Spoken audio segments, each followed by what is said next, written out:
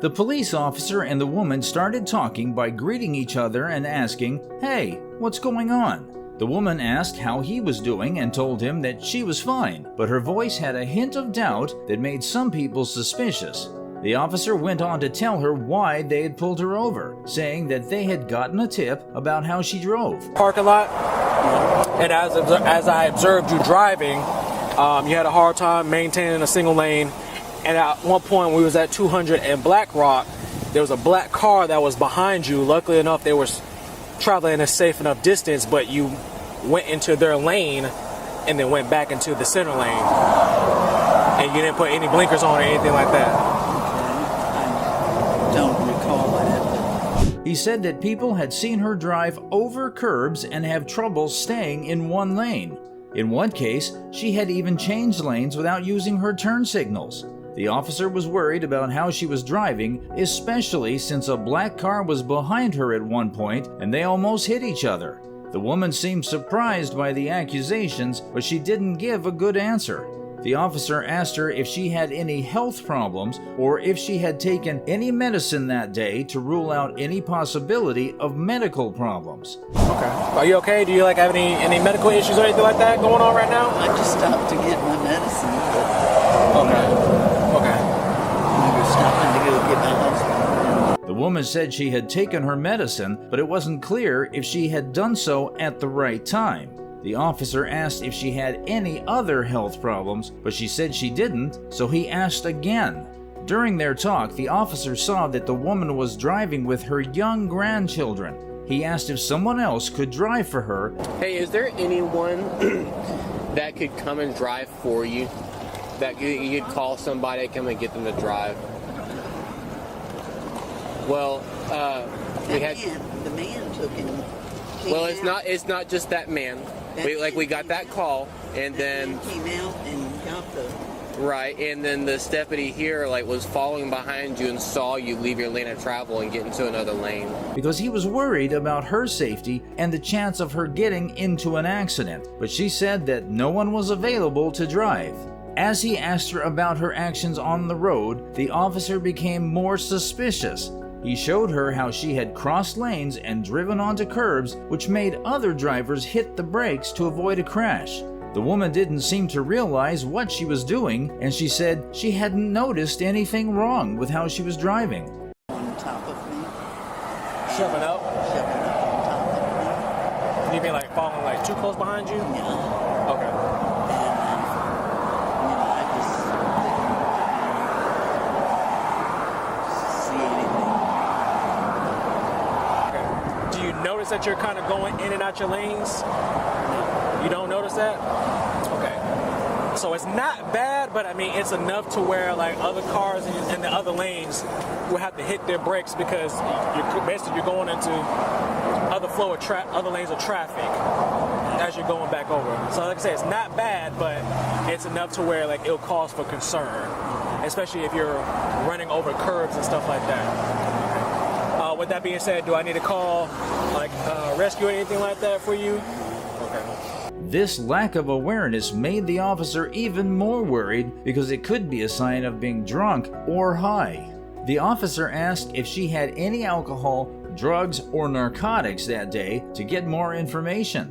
The woman vehemently denied using drugs and stressed out that she did not do things like that. Even though her answer seemed sure, the officer couldn't help but notice how dismissive she was the whole time they talked. As the officer kept looking at the situation, he said that she might not be in good enough shape to drive. He asked if she knew anyone who could come pick her up and drive her, but the woman said again and again that she was alone, so the officer had no choice but to tell her he was worried about her safety. I'm concerned about you getting into an accident, that's why I say that. I'm concerned for your safety. Have you... I was going to ask you, have you consumed anything at all today? Oh my God, no. Any alcoholic beverages, any narcotics, any drugs at all? Nothing at all? I do not do alcohol. Okay. And I The officer decided to give her a field sobriety test to figure out how drunk she was, but the woman fought against it and didn't want to take part right away. Okay. Would you be willing to participate in field sobriety exercises? feel sobriety. Yes. Field sobriety.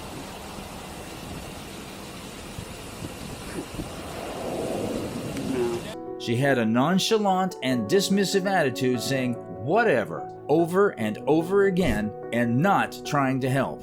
The officer thought that talking to her anymore might not help, so he decided to read her Miranda rights. Now I just have to read this to you before I ask you any questions, okay? You have the right to remain silent. Anything you say can be used against you in the court of law. DUI, right? You have the right to talk to a lawyer and to have him present with you while you're being questioned. If you cannot afford a lawyer, one will be appointed to represent you before any questioning if you wish. If you decide, or you can decide at any time to exercise these rights and not answer any questions or make any statements. Do you understand? Whatever. Do you understand? Whatever. It's a yes or no. It's a whatever. So do you understand what I just told you? It's a whatever. Do you understand? Okay, with those rights in mind, do you want to speak with me? No, I don't. You don't want to talk at all? He told her that she had the right to stay quiet and that her words could be used against her in court. He asked her if she got it, but she didn't seem to care or want to help.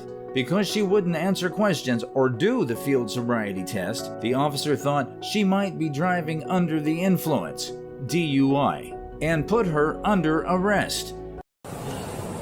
Alright, I'm going to put these up front so they're not super uncomfortable, alright? Whatever. Okay, give me your hands. Use your other hand as well. Alright.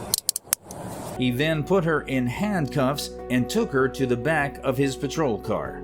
During the whole conversation, the woman's attitude and actions showed that she didn't care about how serious the situation was.